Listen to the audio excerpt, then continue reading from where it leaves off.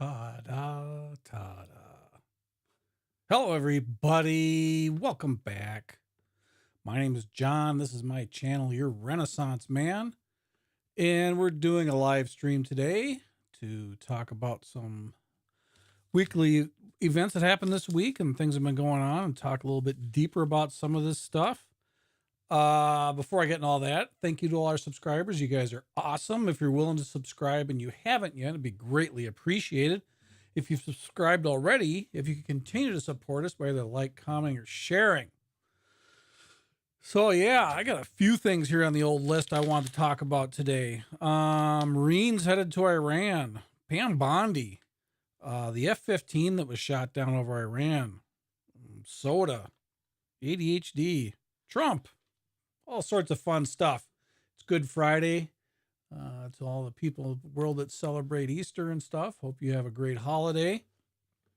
Yeah, so as most of us are aware, we had Pam Bondi, who's the Attorney General for the United States, was Trump terminated her. And it sounded like it happened Wednesday night before he gave his speech to the nation. It sounded like they were talking in his office, and at some point she was pleading to keep her job.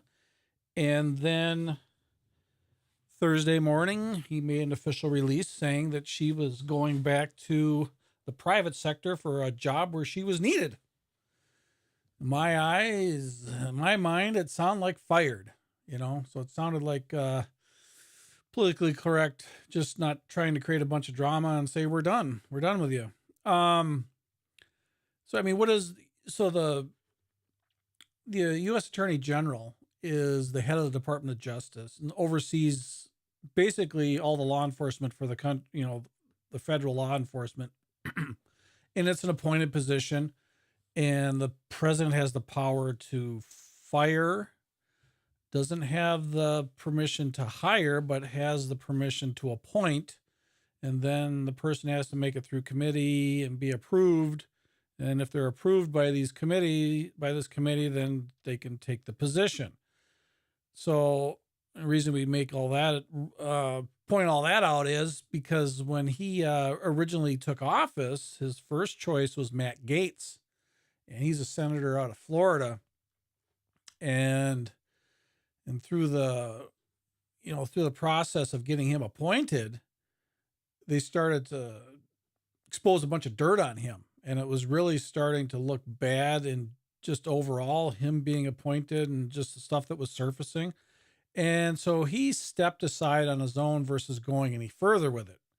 So then Trump appointed Pam Bondi.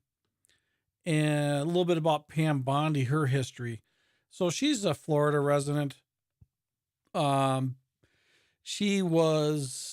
career started out with, what was she again? She was a prosecuting attorney for the,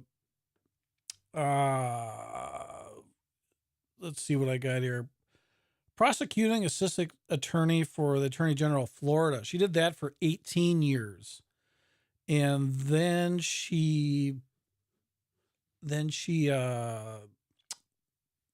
ran for election to become the Attorney General for the state of Florida. And so then she did that from, what did we have for years? Like up until 2019, like 2011 to 2019, something like that.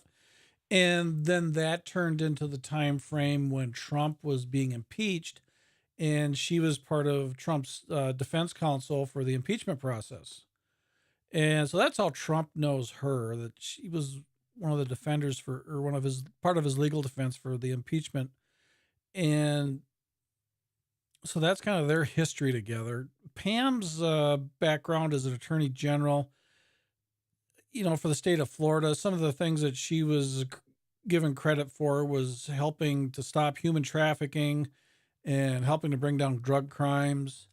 But she was also involved with some Second Amendment stuff. She helped implement a red flag law for Florida, and also to make it illegal for anyone under the age of 21 to purchase firearms. So the Second Amendment, the 2A community isn't really keen on her, and so the 2A community was a little reluctant to get behind her as soon as Trump said he was going to use her. And then Trump isn't super strong on the Second Amendment either, and he's kind of changed his ways. And the second term, I mean, I think he just knows that that's a demographic he needs to appeal to. I don't know if he changed his views on it so much as he was trying to win votes, because he's still not a strong 2A president. I mean, he's probably better than a lot of them, but anyways. So Pam's been terminated. She's already back in Florida. Another one of Trump's former legal team defenders is Todd Blanche, is now is in interim to take over until they appoint somebody else. There has been no speculation yet as to who will take her place. There's a lot of speculation on why it is that she was terminated. I mean, there's been a lot of disappointment in her from the get-go, especially with the Epstein stuff. Trump had given her a timeline that he wanted her to, abide by as far as the time to release the files. And we don't know all the details behind Epstein, but what he was public about was giving her a definite timeline on which to release the files by. And she made repeated statements that it was on her desk. She's going to work on it. It's almost there. We just got to make sure that nothing's released that can, hurt the victims or give away their identity and stuff like that. It was some of that was made, sounded reasonable, but it still took forever. So we don't always get the inside of why this stuff happens or if there's legitimate reasons or whatever. But when you make a lot of claims publicly and have expectations and then they're not met and all that stuff's public and it's still discussed publicly, well, of course, we're going to be wondering, why didn't it follow through? Why was it this way? Why didn't we do this?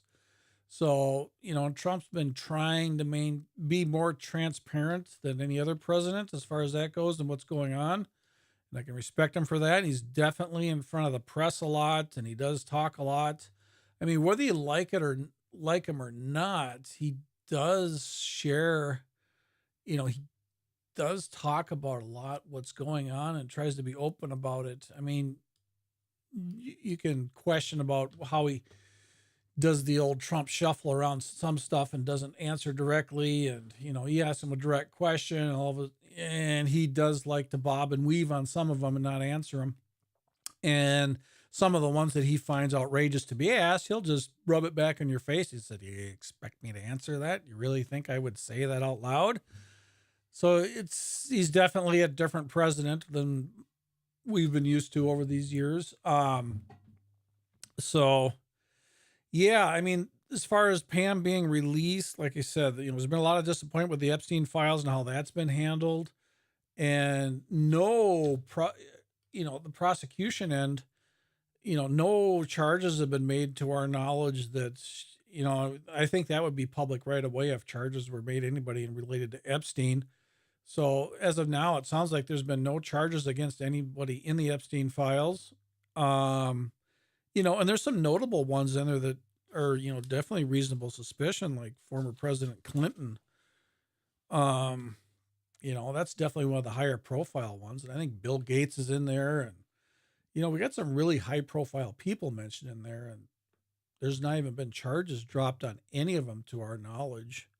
Some other things that she was involved with that was kind of getting some scrutiny. Oh boy.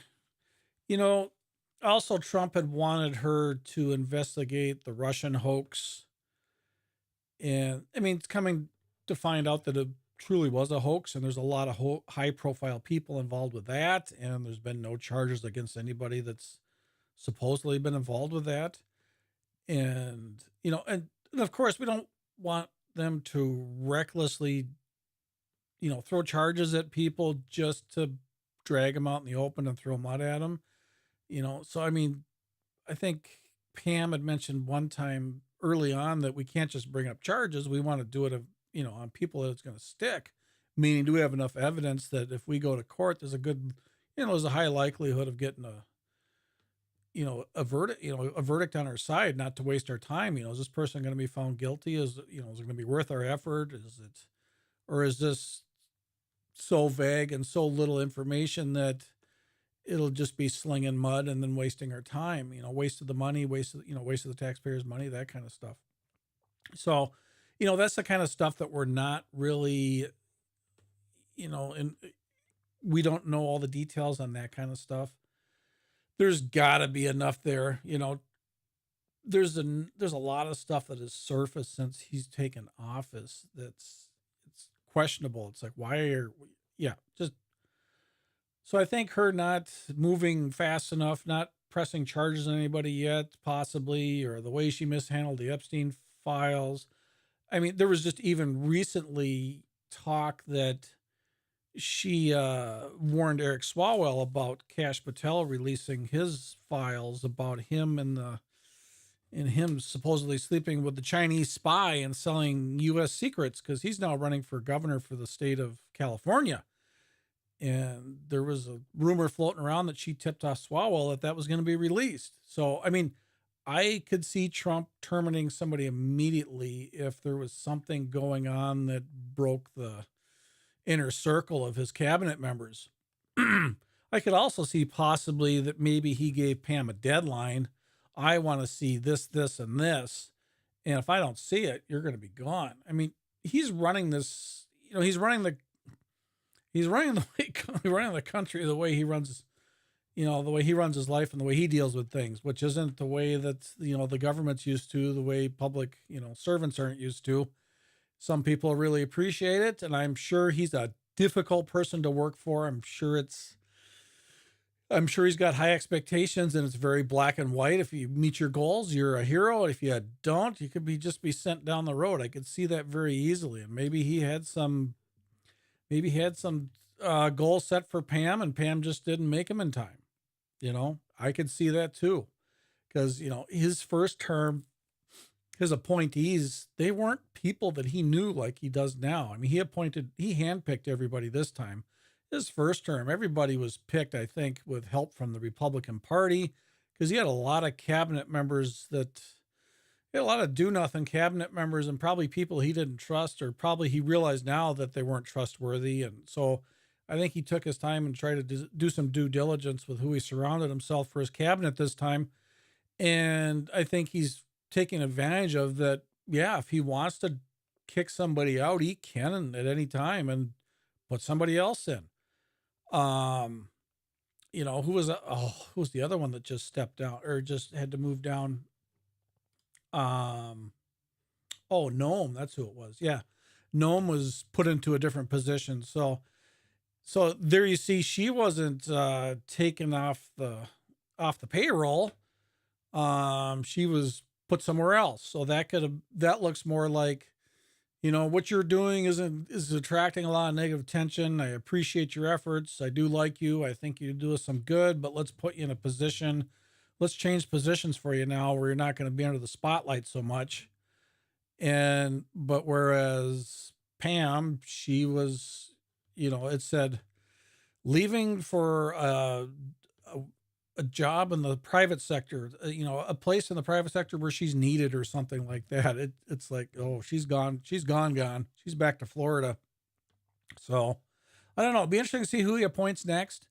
Because the appointment process isn't quick either. So I would hope that he's working on, he's got somebody in the interim that's his. So he's already got people staffed in the DOJ, whereas coming in, it was a little different.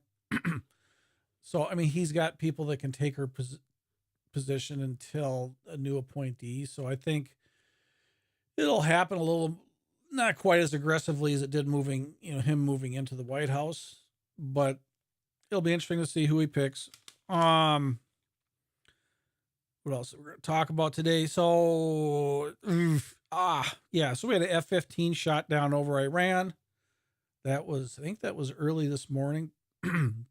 And it sounds like one of the pilots was rescued. The other one hasn't been found. Don't know where he's at, that kind of thing. I don't think they've given him up yet, but they have yet to find the other pilot. So as a response to this, there's a viral video going around about it's Chinese. It's a Chinese source video, and it shows technology that could be used to take down the F-35. And the F-35 is our fifth generation most modern fighter, which is, highest technology fighter in the world type thing, the best of the best of the best. And so there's this viral video going around, which is like all these videos, there's holes in them. As much as they try to sell it to you that the F-35 is going to be highly vulnerable to, $1,000 in technology, there's some big holes in it that doesn't add up to the way the video portrays it. So the video is showing that there can be a thermal tracking missile warhead rocket type thing that could be that's super low budget, low dollar thing, like a drone that can take out the F-35. And right away there's problems because the F-35's advantage is a big advantage to it is that it doesn't it's resistant to radar. So when it's oncoming, say you're Iran and we enter the, F-35 enters your airspace head on, as it crosses the border, you don't really know it's there, So how do you fire a weapon that you don't know you're at a aircraft you don't know it exists, or that you don't even know it's in your airspace? So they were saying in this video that it would be infrared and it would spot the heat exhaust, kind of like a heat-seeking missile, and that's how it would seek it out. Okay. So we're dealing with an aircraft that's, extremely fast, 700-800 miles an hour faster, all that kind of stuff. When you fire a missile, it's got, a couple minutes worth of fuel, and that's it. Because you think about it, you think of this, it's a cylinder, a rocket is. It's got little wings on it, winglets on it to help direct it. It's got no way to stay afloat, you know what I mean? Like a balloon. So it's always flying at high speed to stay in the air. Because it has just basically little winglets to change direction. And so it's showing in this video that it's just going to hover around in an area and kind of make figure eight patterns, circling, basically waiting to lock onto an aircraft. Okay.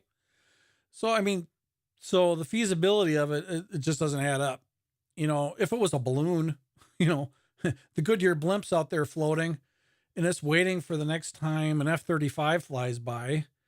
First of all, you got to be relatively close because the F-35 is going to be in and out of your life really quickly.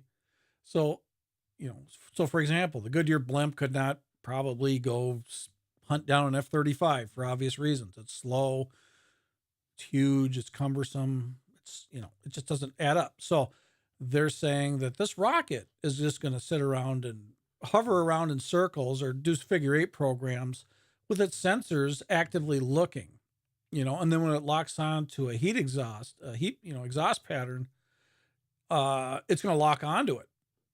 Okay. How many minutes can that thing fly in a circle before it's out of fuel? Not very many. So what I'm getting to is first it's got to know it's coming. So it's got to be there ahead of time. And it says it flies around slowly. So it's making it sound like it's conserving fuel. Okay, well, if it's a slow weapon, it's not going to be able to lock onto an aircraft, a fighter jet, and then all of a sudden just ramp up and take off. Like you're sitting like a highway patrol sitting on the side of the road with his radar gun. And that's kind of what this whole video sounded like. We're going to be sitting on the side of the road with our radar on, and we're just going to wait for you. And as soon as we detect you, all bets are off. We're going to hit the switch and we're going to take off after you. Okay. Well, we're talking about stuff in the air. Gravity is a huge problem with stuff in the air. So here we got what they're saying, they're using a rocket. So a rocket's going to sit there and fly in circles waiting for an aircraft to come by, lock onto it. And the reason they're emphasizing this infrared technology and the heat seeking is so that the F-35 would have no inclination that it's out there. Because if it was using radar to find the F-35, then the F-35 would get notice of radar trying to hit it. And then the radar signature of the F-35 is minuscule compared to anything else. And so it's like a lot of these viral things. There's enough there to get a lot of people's attention, but if you start picking it apart, there's not enough there to make it sound like it works. I'm not saying that our military could never lose an aircraft to an enemy. That's always possible. I mean, nothing is 100% foolproof, of course, or invincible. Look at Russia and Ukraine. That's been dragging on for 4 years. And if they didn't have the man pads or whatever, the shoulder fired anti-tank weapons in the beginning, and then the drones later on, that war would have been over by now. Putin would have just marched in there with his armor and taken over. And that's what he was hoping on. And the West supplied them with so many anti-tank weapons, all these shoulder fired weapons. It pretty much decimated, Putin's tanks, his armor. And what's been dragging it out even longer now is drones, and drone technology has gotten incredible. So now we've got, weapons that are extremely low budget, flying into areas, not losing a life to the side that, deployed it, and doing a lot of damage. And so that's kind of what this video is trying to hone in on. It's like, well, how do we talk about it like, because people can relate to the drones and how effective they are, but obviously a drone can't hunt down an F-35. So we're going to say it's like a drone that's a missile. It's going to lay in wait in the air, waiting for, this F-35 to stumble onto it, and it's going to see its exhaust, and the F-35 is not going to know about it because it's not using the technology that it's prepared to be notified of, or technology that it's actively works against, like radar technology. And so it's totally unbeknownst to them. And then it talks about how once it locks on, it just has to get kind of close, and then it'll explode. And it has, and it'll throw off enough shrapnel that it'll cause damage to the F-35, because it doesn't have to hit it. It just has to get close. Okay. So when it explodes, the F-35 is still going directly away from at high speed. So if it's not really, really, really close, it's not going to explode fast enough to hit the aircraft. You know what I mean? A small weapon. And then, like I said before, it's going to run out of fuel at some point. So it can't just sit around there and hover and wait to go into action. At least not something that's high speed enough to intercept a fighter plane. So how would this be feasible? I could see, with the limited airspace, and maybe the U.S. is using a flight pattern where it always crosses the border in one area of Iran to go back to wherever they're being deployed from. And maybe they can hear them come across, and they're setting up at this border, and that knowing that, yeah, they went in X amount of minutes ago. We know they'll probably be gone for at least a few hours, and we should be able to hear them coming. We didn't know they were coming when they got here because we didn't know them. We didn't hear them see them on our radar. And now we're just going to camp out. And then when we hear these things coming back, we're going to start deploying these things. And maybe they do use a technology like that where they do kind of hover around. So if they can anticipate a flight pattern, and that once, fighters are returning back to base and they're in the direct path of that, it's kind of a luck of the draw type thing. Yeah, there's always a chance for something like that, shoulder fired weapon, interceptor of some sort. But you have to know where they're going to be and that they're going to be there. So there's a lot of what ifs involved. It's hard. It's the way they're selling it on the internet. The average person is going to, oh yeah, I can see now. Oh, a lot of this stuff is propaganda to create doubt. Some of this stuff is psyop, basically to start getting like maybe the world against Trump and say this is foolish. You're fighting with multi-million-dollar aircraft, and $1,000 weapons are shooting your aircraft out of the sky. This is ridiculous. We're not going to support this. We're not going to bring our own aircraft out there. Meaning an allied nation. There's so many facets to this. It's whatever. It is what it is. We don't know what the truth is. Somewhere in the middle. So, like I said, be very difficult to have a. How do you keep a rocket in the air and circle around and wait? It can only burn fuel for so many minutes, and it's out of fuel. So in the F-35, flying around at hundreds and hundreds of miles an hour, they're not always flying super fast because they want to conserve fuel for their missions. But, a rocket, something that's, what can we compare it in size to that you could relate it to?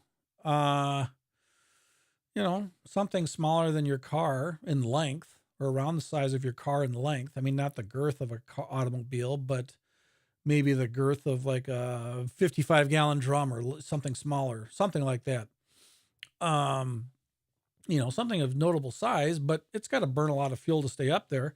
And if you don't tell it where to go, it's just going to burn fuel until it falls out of the sky. And so then it's going to sit there and pick up on tracking. And it's just, there's so many variables to this. It just sounds impossible for it to ever work.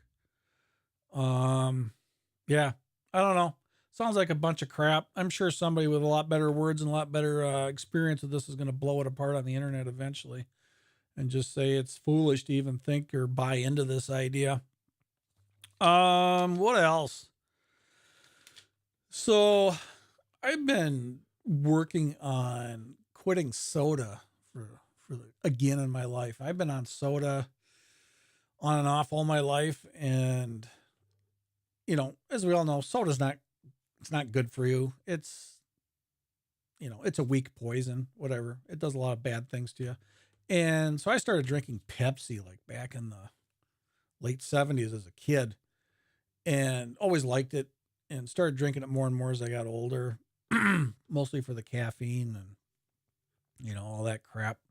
And I went on a weight loss journey in my life. And, this is a time when they started using corn syrup.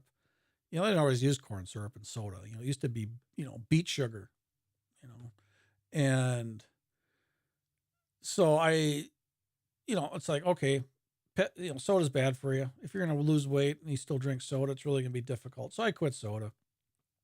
And then Pepsi brings back real sugar Pepsi. Remember, that was a big thing back in the, 2010, 12, 13, 14, whatever it was. And I was like, I got to try that. It's real sugar. It's not corn syrup. Kind of like BSing myself to believe that it's okay to drink it because it's not corn syrup, that kind of mumbo jumbo. So anyways, I had a high stress job at the time. I was running 3 businesses then, I think it was. And I was needing caffeine or wanting caffeine to juggle my life. And that's kind of my run to for stress was caffeine. And so I started drinking it, and it's like, wow, this is amazing. Real sugar Pepsi is awesome, and kind of brought it back into my life. And, of course, with stress, you're not taking care of yourself so well. Start putting the weight back on again and all that kind of crap, unfortunately. But so now we're on a weight loss journey again, and I quit, and I even quit drinking Pepsi before I started this weight loss deal again. And the reason is the real sugar Pepsi doesn't taste like real sugar Pepsi anymore. They've totally messed that up again. I don't know. Have you guys heard about stevia yet? So stevia is a plant. Well, that's not the full name, but it goes by, the short name is stevia. And it produces a sweetener. So it's a natural sweetener. It's an extract from this plant. And what's the benefit of it is it's like, I've seen different reports on it. It's anywhere from like 200 to 500 times more concentrated than, like corn syrup or, beet sugar, cane sugar. So it's super sweet, but it's got a flavor to it. It's got a tangy, different flavor to it. It's got a, so if you've noticed, if you're a soda drinker and if you've noticed any of the flavors changed in your favorite sodas, like it just feels a little off, a little different, they might be using stevia now. And, part of the benefit of it is that there's almost there's like no calories, no carbs. So you lose the bad stuff that goes along with sugar, but it just tastes like crap, you know? Kind of like the artificial sweeteners like aspartame, except this is natural. So it's got that going for it, but it it's like to try to pull the wool over the eyes of the consumer and just add it in. It really changed the taste. And I gave it a while and it just tastes different. I just don't like it. It's also supposedly a lot more acidic. And so if you already got stomach acid issues, it doesn't help with that. But yeah, it's definitely got it. They say in certain flavors, like maybe like, I think if they said something like fruit flavors or something like that, it blends in better. And so like cherry Pepsi or something like that, it kind of blends in better with the fruit flavors. Whereas some of the other flavors like colas, it kind of stands out. So, and they get away with it in the labeling because it's a plant extract, so it is sugar. So they can just call it sugar. They don't have to call it stevia, unless the only way they would is if the FDA got involved or something and said, no, you're not. There's enough complaints about this. People want to know when it's in there. So yeah, unless there's some public outcry to change that, it'll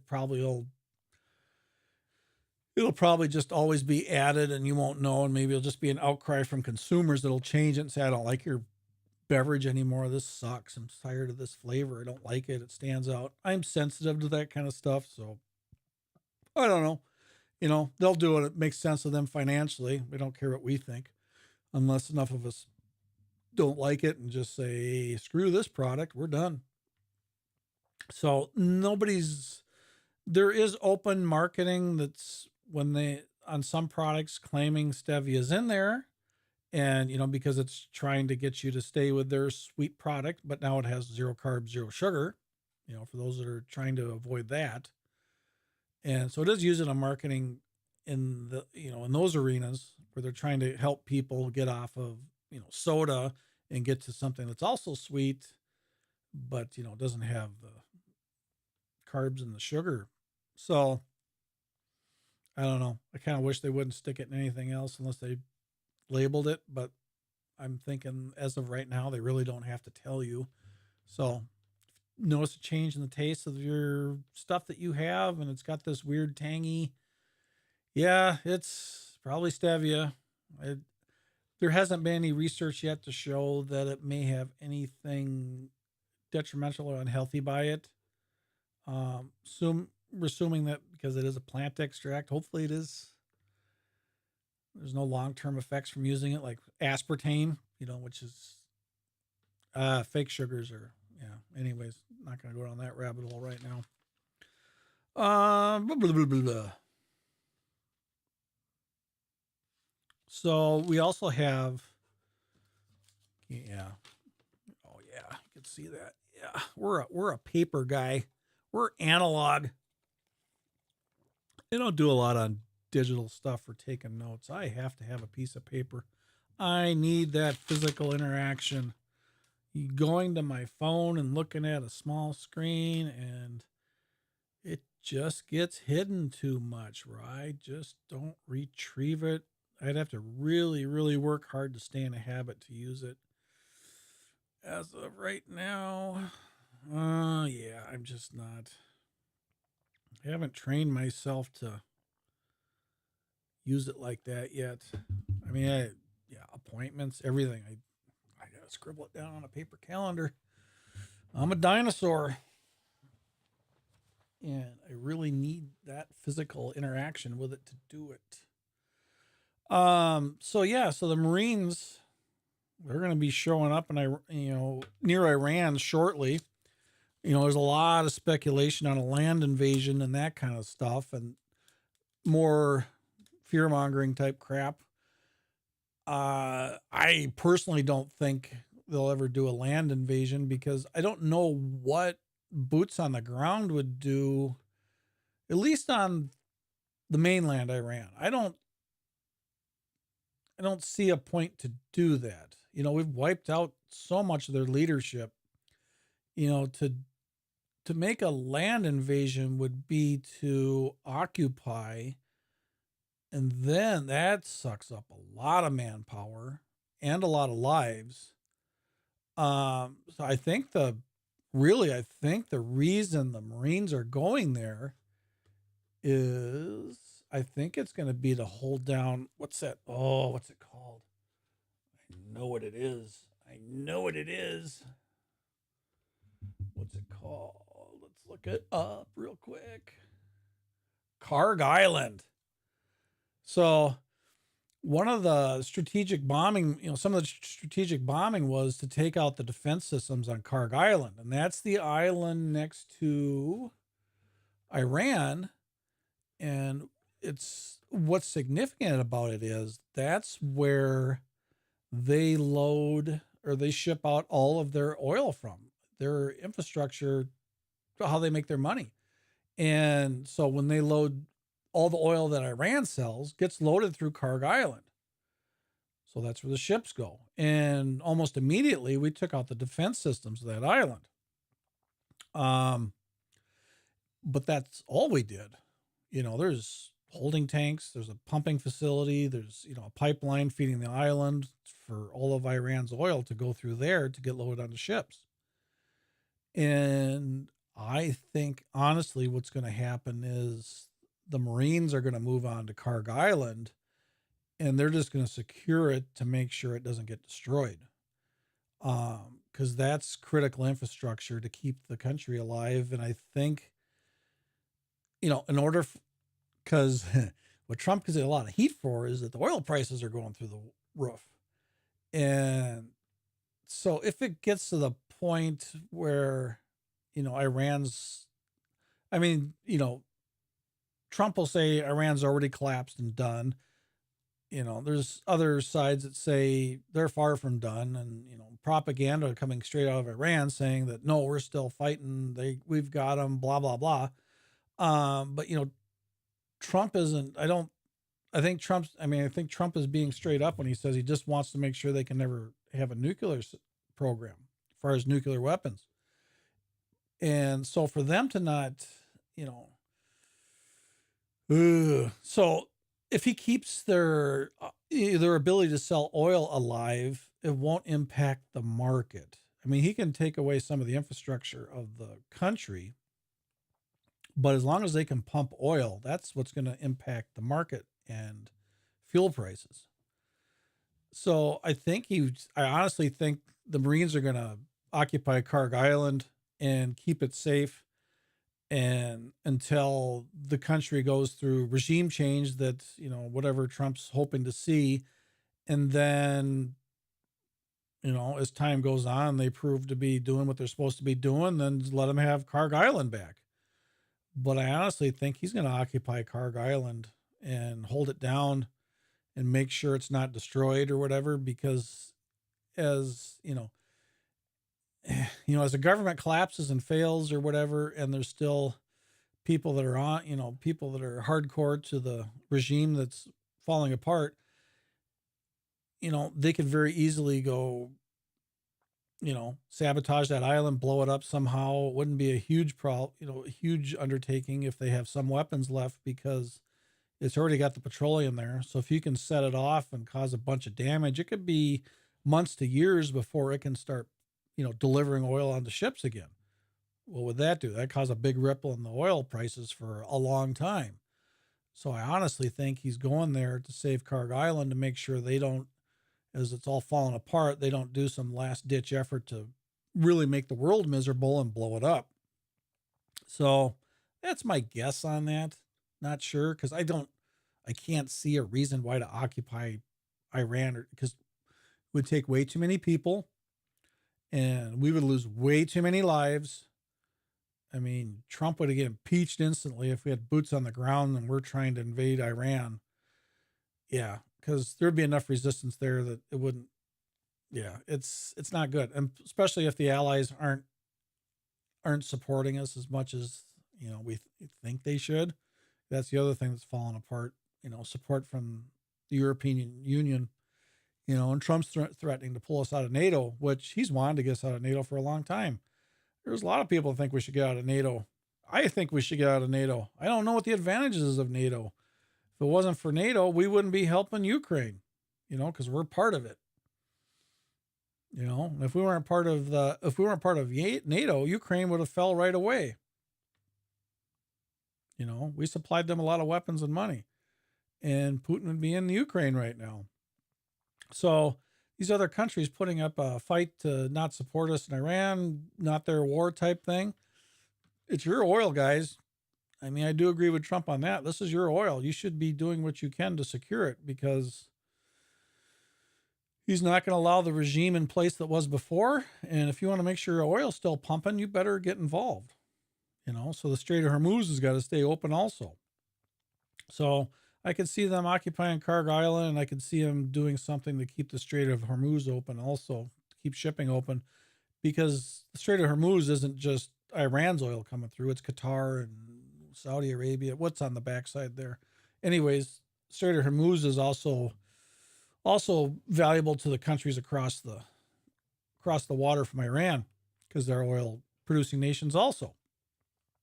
And those are the ones who are least like Iran, but then they're not nations as big as like France and the UK that have a true military to, they are helping us with this effort. But yeah, what a big stinky complicated mess. But yep. Anywho, who knows? I don't know. Boy. So, yeah, I think the Marines are going to be on Carg Island. I think that's going to be a big part. Yeah.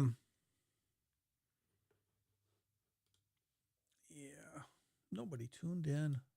Talking to the dead air. It is Good Friday. It is a holiday. A lot of people have the day off. Kind of had low expectations about doing this today. Kind of thought probably wasn't worth to do it, but whatever. We're here.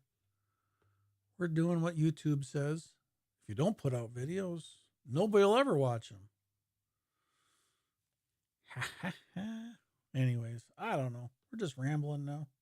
I was hoping some of my bros would come in, check in the comments, maybe have some feedback, some go back and forth on a few of these topics, but maybe we'll just do short videos on these topics.